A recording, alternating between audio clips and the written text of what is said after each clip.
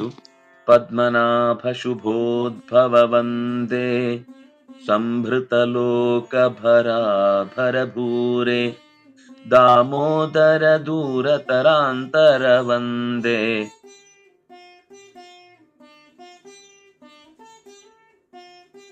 ದಾರಿತ ಪಾರಕ ಪಾರ ಪರಸ್ಮಾತ್. ಅದು ದಾರಿತ ಆಗ್ಬೇಕು, ದೂರಿತ ಆಗಿದೆ. ಪದ್ಮನಾಭ ಶುಭೋದ್ಭವ ವಂದೇ ಸಂಭೃತ ಲೋಕ ಭರಾಭರ ಭೂರೆ ದಾಮೋದರ ದೂರ ತರಾಂತರ ವಂದೇ ದಾರಿತ ಪಾರಕ ಪಾರ ಪರಸ್ಮಾತ್. ಪದ್ಮನಾಭ ಅನ್ನುವುದು ಸೃಷ್ಟಿಯ ಆರಂಭದಲ್ಲಿ ಇಡೀ ಜಗತ್ತನ್ನ ಹೊತ್ತ ವಿಶಿಷ್ಟವಾದ ರೂಪ. ಇಡೀ ಜಗತ್ತನ್ನು ಪದ್ಮದಂತೆ ನಾಭಿಯಲ್ಲಿ ಹೊತ್ತವ, ಚತುರ್ಮುಖನನ್ನ ನಾಭಿಯಿಂದ ಹೆತ್ತವ, ಅದರಿಂದಾಗಿ ಅವನನ್ನ ಪದ್ಮನಾಭ ಅಂತ ಕರೆದ್ರು. ಲೋಕದ ಭಾರವನ್ನ ಹೊತ್ತವ, ಶುಭೋದ್ಭವ. ಈ ಸೃಷ್ಟಿ ಮೊದಲನೇದ್ದು. ಲೋಕಕ್ಕೆ ಸೃಷ್ಟಿಯ ಮುಖವನ್ನೇ ಅದು ಒದಗಿಸುವಂತದ್ದಾದ್ರಿಂದಾಗಿ ಅದು ಶುಭ. ಬೆಳೆಯುವುದು, ಬೆಳಗುವುದು ಅನ್ನುವುದು ಶುಭ ಸಂಕೇತ. ಬೆಳಕಿನ ಶಕ್ತಿಯಾಗಿ, ಸೃಷ್ಟಿಯ ಸ್ರೋತಸ್ಸಾಗಿ ಹುಟ್ಟಿದವನಾದ್ರಿಂದಾಗಿ ಭಗವಂತನನ್ನ ಶುಭೋದ್ಭವ ಅಂದು, ಶುಭನಾದ ಚತುರ್ಮುಖನನ್ನ ಪಡೆದವ. ಅಥವಾ ಲೋಕಕ್ಕೆ ಶಂಭವತಿ, ಅತಿಶಯೇನ ಶಂ ಶು ಶುಂಭವತಿ ಇತಿ ಶುಭಃ. ಆನಂದವನ್ನ ತೋರುವವ, ಆನಂದವನ್ನ ಕೊಡುವವ, ಆನಂದದಿಂದ ಮೆರೆವವ. ಇಂಥವನಿಂದ ಆದ ಕಾರ್ಯಗಳು ಶುಭವೇ. ಶುಭವೇ ಇವನಿಂದ ಉದ್ಭವಿಸತ್ತೆ. ಆದ್ರಿಂದಾಗಿ ಇವನನ್ನ ಶುಭೋದ್ಭವ ಅಂದ್ರು. ದೇವರನ್ನ ಶುಭೋದ್ಭವ ಅಂತ ನಾವು ಎಷ್ಟು ಚಿಂತಿಸ್ತೇವೋ, ಎಷ್ಟು ಅಂಥ ಪ್ರಾರ್ಥನೆಯನ್ನು ಮಾಡ್ತೇವೋ, ಅಷ್ಟು ನಮಗೆ ಶುಭಗಳು ಉಂಟಾಗುತ್ತೆ. ನಮ್ಮ ಜೀವನದಲ್ಲಿ ಎಂದೂ ತಾಪಕರವಾದ ಘಟನೆಗಳು ನಮ್ಮನ್ನ ಕಾಡುವುದಿಲ್ಲ. ಅದನ್ನಾಗಿ ದೇವರನ್ನು ಚಿಂತಿಸಬೇಕಾದ ಒಂದು ಸುಂದರವಾದ ನಾಮ ಇದು. ಇದನ್ನು ಸಾಮಾನ್ಯ ಎಲ್ಲೂ ಬಿಡಿಸಿ ಹೊರಗಡೆ ಹೇಳುವುದಿಲ್ಲ. ಶುಭಂ ಪಿಬತ್ಯಸೋ ನಿತ್ಯಂ ನಾ ಶುಭಂ ಸ ಹರಿ ಪಿಬೇತ್. ಅವನು ಸ್ವತಃ ಅಶುಭವಾದ ಪದಾರ್ಥಗಳನ್ನು ಸ್ವೀಕರಿಸುವುದಿಲ್ಲ. ಆದರೆ ತಾನು ಕೂಡ ಯಾವತ್ತೂ ಯಾರಿಗೂ ಅಶುಭದ ಫಲವನ್ನ ಕೊಡುವುದಿಲ್ಲ. ಅವರಲ್ಲಿ ಇಲ್ಲದೆ ಇದ್ರೆ ಅವರಲ್ಲಿ ಏನಿದೆಯೋ ಅದಕ್ಕೆ ತಕ್ಕ ಫಲ ಕೊಡ್ತಾನೆ. ಆದ್ರೆ ಅದು ಕೂಡ ಶುಭವಾಗುವ ಸಾಧ್ಯತೆ ಇರುತ್ತೆ. ನಮ್ಗೆ ಅಶುಭ ಅಂತ ಅನ್ಸಿದ್ರು, ನಮ್ಮ ಯಾವುದೋ ದೂರದ ಪ್ರಾರಬ್ಧ ಮುಗೀತು ಅಂತಂದಾಗ ಅದು ಶುಭವೇ ಆಗುತ್ತೆ. ಅನ್ನಗೆ ಶುಭೋದ್ಭವ ಒಂದೇ ಸಂಭೃತ ಲೋಕ ಭರಾಭರ ಭೂರೆ. ಭೂರಿ ಅದನ್ನೇ ಭೂರೆ ಅಂತ ಸಂಬೋಧನೆ ಮಾಡಿದ್ರು. ಹೆಚ್ಚಿನವನು, ಹೆಚ್ಚಿಸಿಕೊಂಡವನು, ತನ್ನನ್ನು ತನಗೆ ಯಾವತ್ತೂ ಕೂಡ ತನ್ನನ್ನು ತಾನು ತಿಳಿಯದೆ ಯಾವ ಕಾರ್ಯವನ್ನು ಮಾಡದವನು. ಸಂಭೃತ ಲೋಕ ಭರಾಭರ. ಸಂಭೃತ ಅಂದ್ರೆ ತುಂಬಿದ. ಲೋಕವನ್ನ ತುಂಬಿದವನಷ್ಟೇ ಅಲ್ಲ, ಅದನ್ನ ಎಷ್ಟು ತುಂಬಿಸ್ಬೇಕು, ಎಷ್ಟು ವ್ಯಕ್ತಿಗಳಲ್ಲಿ, ಎಷ್ಟು ರೀತಿಯಲ್ಲಿ, ಯಾವ ರೀತಿಯಲ್ಲಿ ಆ ಲೋಕದ ಸಂಪತ್ತನ್ನ ತುಂಬಬೇಕು, ಅದನ್ನ ನಿರಂತರ ಆಭರ ಹೊರ್ತಾನೆ, ತುಂಬಿಸ್ತಾನೆ, ತುಂಬಿ ತಾನೇ ಹೊರುತ್ತಾನೆ. ಏನ್ರಿ ನೀವು ಹೊರುವ ಚೀಲ ಆದ್ರೆ ಇಷ್ಟು ತುಂಬಿಸ್ತಿದ್ರ? ದೇವ್ರು ಹಾಗೆ ನಾನು ಹೊರುವ ಚೀಲ, ನೀವು ಹೊರುವ ಚೀಲ ಅಂತ ಮಾಡೋದಿಲ್ಲ. ಅವನು ಏನ್ ತುಂಬಿದ್ರು ಅವನೇ ಹೊರುತ್ತಾನೆ. ಇಡೀ ಜಗತ್ತಿನ ಎಲ್ಲ ಸೌಖ್ಯಗಳನ್ನು, ಎಲ್ಲ ಸೃಷ್ಟಿಯ ವೈಚಿತ್ರ್ಯಗಳನ್ನೆಲ್ಲ ತುಂಬಿ ತಾನೇ ಅದನ್ನು ನಿರ್ವಹಣೆ ಮಾಡ್ತಾನೆ. ಕೆಲವೊಂದ್ ಸರ್ತಿ ನಾನು ಬೇಕಿದ್ರೆ ತಂದಾಕ್ತೇನೆ, ಹೊತ್ಕೊಂಡು ಅದನ್ನು ಇಟ್ಕೊಂಡು ನೋಡ್ಕೊಳ್ಬೇಕಾದವ್ರು ನೀವೇ ಅಂತ ನಾವು ಅಧಿಕಾರದ ಚಲಾಯಿಸುವಿಕೆಯಲ್ಲಿ ಜವಾಬ್ದಾರಿಯಿಂದ ಹಿಂದೆ ಸರಿಯುವುದಿರುತ್ತೆ. ಅಧಿಕಾರ ಚಲಾಯಿಸ್ತೇವೆ, ಜವಾಬ್ದಾರಿ ನಡೆಸ್ಕೊಳಿಕ್ಕಿಲ್ಲ ಅಂತ. ಆದ್ರೆ ಭಗವಂತ ಹಾಗಲ್ಲ. ಸಂಭೃತ ಲೋಕ ಭರಾಭರ ಭೂರೆ. ಈಗಾಗಲೇ ತುಂಬಿಸಿಕೊಂಡ ಮುಕ್ತ ಲೋಕದ ಜನರ ಭಾರವನ್ನ ಚೆನ್ನಾಗಿ ಹೊರುವವ ಅಂತನೂ ಅರ್ಥ ಆಗುತ್ತೆ.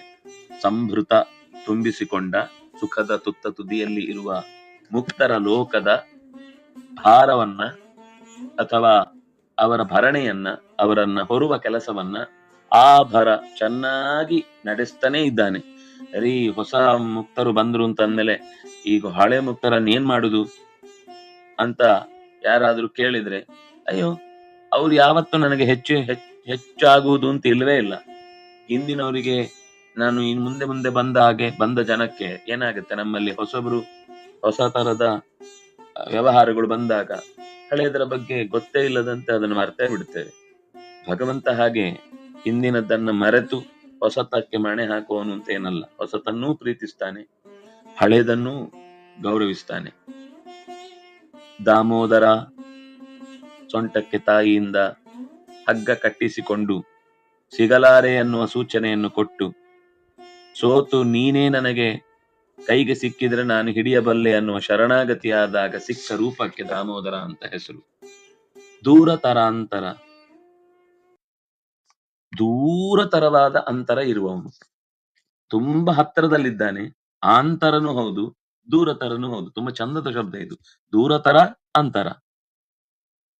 ತುಂಬಾ ದೂರ, ತದೇವ ಅಂತಿಕಮಂತಿಕಾತ್, ದೂರತರಂ ಎತ್ತು. ಅತ್ಯಂತ ದೂರದಲ್ಲಿ ದೂರ, ಆದ್ರೆ ಅತ್ಯಂತ ಹತ್ತಿರದಲ್ಲಿ ಹತ್ತಿರ. ಹಾಗಾಗಿ ಅವನ ಹೆಸರೇ ದೂರ ಹತ್ತಿರ ಅಂತ. ಅವನು ದೂರದವನು ಹೌದು, ಹತ್ತಿರದವನು ಹೌದು. ನಾವು ನನ್ನ ಮರ್ತರೆ ದೂರದವನಾಗ್ತಾನೆ, ನೆನ್ಪಿಟ್ಕೊಂಡ್ರೆ ಹತ್ತಿರದವನಾಗ್ತಾನೆ. ಎರಡೂ ಹೌದು. ಅವನಿಗೆ ವ್ಯಕ್ತಿಗತವಾಗಿ ಯಾವುದನ್ನು ಹತ್ತಿರ ಮಾಡ್ಕೊಳ್ಬೇಕು ದೂರ ಮಾಡ್ಕೊಳ್ಬೇಕು ಅಂತಿಲ್ಲ. ಅವ್ರು ಹತ್ತಿರ ಕರೆದ್ರೆ ಹತ್ತಿರದಲ್ಲಿ ಇರ್ತೇನೆ, ಅವ್ರು ನನ್ನ ದೂರದಲ್ಲಿ ಇಟ್ರೆ ನಾನು ದೂರದಲ್ಲಿ ಇರ್ತೇನೆ. ಆದ್ರೆ ಅವರು ತಿಳಿದು ಬಿಡ್ತೇನೆ, ನನ್ನನ್ನ ಹಿಡ್ಕೊಂಡು ಬಿಡ್ತೇನೆ ಅಂದ್ರೆ ಅವ್ರ ಕೈಗೆ ಸಿಗಲ್ಲ, ದೂರದಲ್ಲಿ ಇರ್ತೇನೆ. ಕೆಲವೊಮ್ಮೆ ಅವ್ರಿಗೆ ಬೇಡ ಅಂತ ಅನಿಸಿ ದೂರ ಇಟ್ರು, ನಾನು ಅವರ ಹತ್ತಿರದಲ್ಲೇ ಇದ್ದವರನ್ನ ಪೊರೀತೇನೆ. ಅವ್ರು ನನ್ನನ್ನ ನಿರಾಕರಿಸಿದ್ರು, ಅವರಿಗೆ ಅವರನ್ನ ನನಗೆ ಪೊರಿಬೇಕು ಅಂತ ಅನ್ನಿಸಿದ್ರೆ, ಅವರನ್ನ ನಾನು ಉದ್ಧರಿಸ್ಬೇಕು ಅಂತ ಅನಿಸಿದ್ರೆ, ಎಲ್ಲ ಅವರ ಆಲೋಚನೆಗಳನ್ನ ಮೀರಿ ಅವರ ಹತ್ತಿರದಲ್ಲಿ ತುಂಬಿಕೊಳ್ತೇನೆ. ದೂರ ತರಾಂತರ ಒಂದೇ, ದಾರಿತ ಪಾರಕ. ದಾರಿತ ಅಂದ್ರೆ ಸೀಳಿದ. ಈ ಪಾರು ಕಾಣಬೇಕಾದಂತಹ ಸಂಸಾರವನ್ನ ಸೀಳಿ ಆ ಭಾಗದ ಪಾರದಲ್ಲಿ, ಪಾರಹ ಪರಸ್ಮಾತ್ ಪಾರ, ಯಾವುದು ಅತ್ಯಂತ ತುತ್ತ ತುದಿಯಲ್ಲಿ ದೂರದಲ್ಲಿದೆಯೋ ಅದನ್ನು ದಾಟಿ ಆ ಪಾರವನ್ನು ಮುಟ್ಟಿದವ. ಪಾರ ಅಂದ್ರೆ ತೀರದ ಅಥವಾ ಎಂಡ್, ತಟ, ದಡ. ಯಾವುದೆಲ್ಲ ಎತ್ತರದ ವಸ್ತು ಇದೆಯೋ ಅದರ ದಡವು ಇವನೇ. ಅದು ದಡವನ್ನ ಮೀರಿ ಅದಕ್ಕೂ ಹೋಗ್ಲಿಕ್ಕಾಗಲ್ಲ. ಎಲ್ಲದರ ದಡ ಇವನೇ. ಪರಸ್ಮಾತ್ ಪಾರ, ತಾನು ಎಲ್ಲ ಪಾರಗಳನ್ನು ದಾಟಿದ್ದಾನೆ, ಆದ್ರೆ ಎಲ್ಲದಕ್ಕೂ ಇವನು ಪಾರವಾಗಿದ್ದಾನೆ. ಎಲ್ಲವನ್ನು ಮೀರಿ ನಿಂತಿದ್ದಾನೆ, ಆದ್ರೆ ಇವನನ್ನೇ ಯಾರು ಮೀರ್ಲಿಕ್ಕಾಗದ ಹಾಗೆ ಎತ್ತರದಲ್ಲಿ ನಿಂತಿದ್ದಾನೆ. ಹಾಗೆ ಒಳಗೆ ಹೊರಗೆ ನಮ್ಮನ್ನ ಹೊತ್ತುಕೊಂಡು ನಿರಂತರ ಸುಖವನ್ನೀಯುವಂತಹ ಭಗವಂತನನ್ನ ಒಂದೇ ಅಂತ ನಮಸ್ಕಾರದ ಭಾವವನ್ನ ತಾಳ್ತಾ ಇದ್ದಾರೆ. ತುಂಬಿದ ಲೋಕದ ಭಾರವ ಹೊತ್ತಿಹ ಬಹುವಿಧ ರೂಪಗೆ, ಮಂಗಳಕರ ಅವತಾರಗೆ ಪದ್ಮನಾಭಗೆ ನಮನಂ. ಮುಕ್ತ ಜನಕ್ಕೆ ಸುಖವನೀವ ಒಳಗೆ ಹೊರಗೆ ಎತ್ತಲಿರುವ ಹಿರಿಯರಿಗೂ ಹಿರಿಯನಾದ ದಾಮೋದರನಿಗೆ ನಮನಂ. ಎಲ್ಲ ಕಡೆ ತುಂಬಿಕೊಂಡಿರುವ ಲೋಕದ ಅಷ್ಟು ಭಾರವನ್ನು ಕೂಡ ತಾನೇ ಹೊತ್ತು ಅನೇಕ ರೂಪಗಳಿಂದ ರಕ್ಷೆಯನ್ನ ನೀಡಿದ್ದಾನೆ. ಅತ್ಯಂತ ಮಂಗಳಮಯವಾದ ಅವತಾರವನ್ನ ತೊಟ್ಟಿದ್ದಾನೆ. ಓ ಪದ್ಮನಾಭನೇ, ಆ ರೀತಿ ಹಲವು ಅವತಾರಗಳಿಂದ ಕಂಗೊಳಿಸಿದ ನಿನಗೆ ನನ್ನ ನಮಸ್ಕಾರ. ಬಿಡುಗಡೆಯನ್ನ ಹೊಂದಿ ನಿರಂತರ ಸುಖವನ್ನ ಅವರಿಗೆ ಕೊಟ್ಟು ಒಳಗೆ ಹೊರಗೆ ಎರಡೂ ರೀತಿಯಿಂದ ಅವರನ್ನ ಭರಿಸುವ, ಅವರನ್ನ ರಕ್ಷಿಸುವ ಹಿರಿಯರಿಗೂ ಹಿರಿಯನಾದ ಓ ದಾಮೋದರನೇ, ನಿನಗೆ ನಮನಂ, ನಿನಗೆ ವಂದಿಸುವೆ ಅಂತ ಆ ಪದ್ಯದ ಒಟ್ಟು ಸಾರ.